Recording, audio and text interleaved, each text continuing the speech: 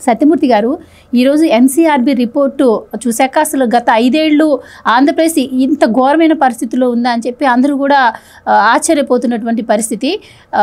ఏంటి మరి రైతుల ఆత్మహత్యలో అప్పట్లో 3వ స్థానంలో ఉంది. అంటే వారానికి 4 రైతులు చనిపోయారు అంటే అసలు నిజంగా వినటానికి చాలా బాధాకరం. ఎందుకంటే రైతే రాజు, లేకపోతే రైతే దేశానికి వెన్నుముక ఇలా మనం మాట్లాడుకుంటూ ఉంటాము. మరి ఇప్పుడు వచ్చేసి వాళ్ళేమో కూటమి ప్రభుత్వం అధికారంలోకి వచ్చాక 400 మంది చనిపోయారు, 500 మంది చనిపోయారు, వాళ్ళకి న్యాయం జరగట్లేదని చెప్పి మాట్లాడుతున్నారు. ఏంటి? సాక్షి రిపోర్టర్లు, సాక్షి సబేటర్లు, సాక్షి యాజమాన్యానికి సంబంధించిన వైఎస్ భారతిరెడ్డి, ఆ సాక్షి ప్రొపరైటర్ అయిన వైఎస్ జగన్మోహన్ రెడ్డి, వీళ్ళకి తప్ప ఆంధ్రప్రదేశ్లో జగన్మోహన్ రెడ్డి టైంలో జరిగిన నేరాలు అందరికీ తెలుసు. వీళ్ళకే తెలియదు. సాక్షిలో పనిచేసే వాళ్ళకి తెలియదు. సాక్షి యాజమాన్యానికి తెలియదు. ఆ సాక్షి పేపర్ని నడిపే జగన్మోహన్ రెడ్డి తెలియదు. జగన్మోహన్ రెడ్డి ఎంతమంది దళితుల్ని ఊచకోత కోసాడు అనేవి లెక్కలు చూస్తే అసలు నిజంగా మనం సిగ్గుతో తల దించుకోవాల్సిన పరిస్థితి. దళితుల మీద జరిగిన నేరాలు, అకృత్యాలు వీటిని చూస్తే మీకు ఒక చిన్న లెక్క చెప్తాను. 2023వ సంవత్సరంలో జగన్మోహన్ రెడ్డి ముఖ్యమంత్రిగా ఉన్న టైంలో ఎన్సీఆర్బీ ఇచ్చిన రిపోర్ట్, కర్ణాటకలో 1923 నేరాలు జరిగినాయి దళితుల మీద, తెలంగాణలో 1709 నేరాలు జరిగినాయి, తమిళనాడులో 1921, కేరళలో 1124. ఆంధ్రప్రదేశ్లో ఎన్ని జరిగినాయో మీరు ఊహించండి. ఊరికే సరదాకి ఊహించండి. 2027 నేరాలు దళితుల మీద జరిగినాయి ఒక్క సంవత్సరంలో. ఒకే ఒక్క సంవత్సరంలో 2027 నేరాలు దళితుల మీద జరిగినాయి. అంటే దళితులని ఊచకోత కోసిన ముఖ్యమంత్రి ఆనాటి ఈ జగన్మోహన్ రెడ్డి.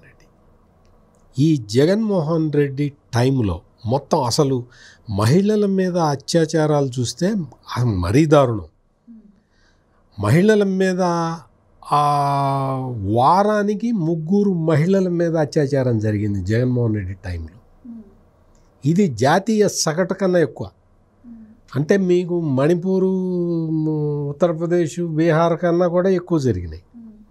అటువంటి దారుణమైన పరిపాలన అందించిన జగన్మోహన్ రెడ్డి ఇంకా ఈ రోజుకి వచ్చి ఒక కనీసం సిగ్గు కూడా పడకుండా తప్పుడు ప్రచారం చేసుకుంటూ బతుకుతూ ఉన్నాడు. ఇట్లా ఎవరైనా కానీ ఈ కేసుల గురించి వాటి గురించి ప్రస్తావిస్తే అదేందయ్యా దళితులను చంపుతావు, అదేందయ్యా రైతులను చంపుతావు, రైతులను ఆదుకోవాలి కదయ్యా, గిట్టుబాటు ధరలు ఇవ్వాలి కదా జగన్మోహన్ రెడ్డి అని ఎవరన్నా నాలాంటి వాళ్ళు, మీలాంటి వాళ్ళు, మేడం లాంటి వాళ్ళు కనుక అడిగితే వాళ్ళని జైల్లో పడేయటం, కొట్టడం, వాళ్ళ మీద రాజ్యద్రోహం కేసులు పెట్టడం. అంటే ఆయన ప్రభుత్వాన్ని ఎవడో కూలగొడుతున్నట్టు కేసులు, రాజద్రోహం కేసులు. మీకు విషయం చెప్పమంటారా? ఇట్లా రాజద్రోహం కేసుల్లో జగన్మోహన్ రెడ్డి ప్రభుత్వం మణిపూర్ కన్నా ఎక్కువైంది. అంటే మణిపూర్లో 2 జాతుల మధ్య తగాదా జరిగింది. ఒక జాతి వాళ్ళు ఇంకొక జాతి ఆడపిల్లల మీద అత్యాచారాలు చేయటం, అటువంటివి, కిడ్నాప్లు, మానభంగాలు, గృహదహనాలు ఇటువంటివి జరిగినాయి. వాళ్ళ మీద కేసులు పెట్టింది మణిపూర్ ప్రభుత్వం. వాళ్ళని ఎదుటి వాళ్ళని తీసుకొచ్చి వాళ్ళని జైల్లో వేసి కొట్టి ఇటువంటి పనులు చేశారు.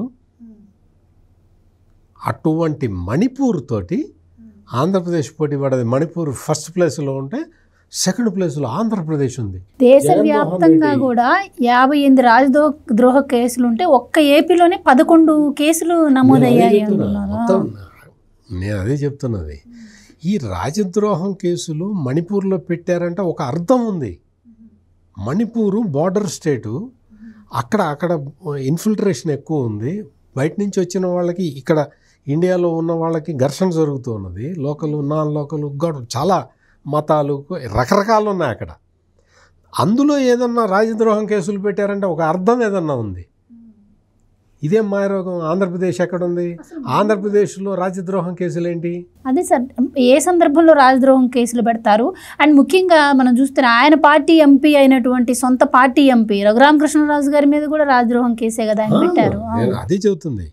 ఇప్పుడు మామూలుగా ఈ ఈ రాజద్రోహం కేసులు ఏంటి అంటే మామూలుగా కేంద్ర ప్రభుత్వం వాళ్ళు అంటే వేరే దేశాల నుంచి వచ్చి కసబు లాంటి వాళ్ళ మీద పెడతారమ్మా.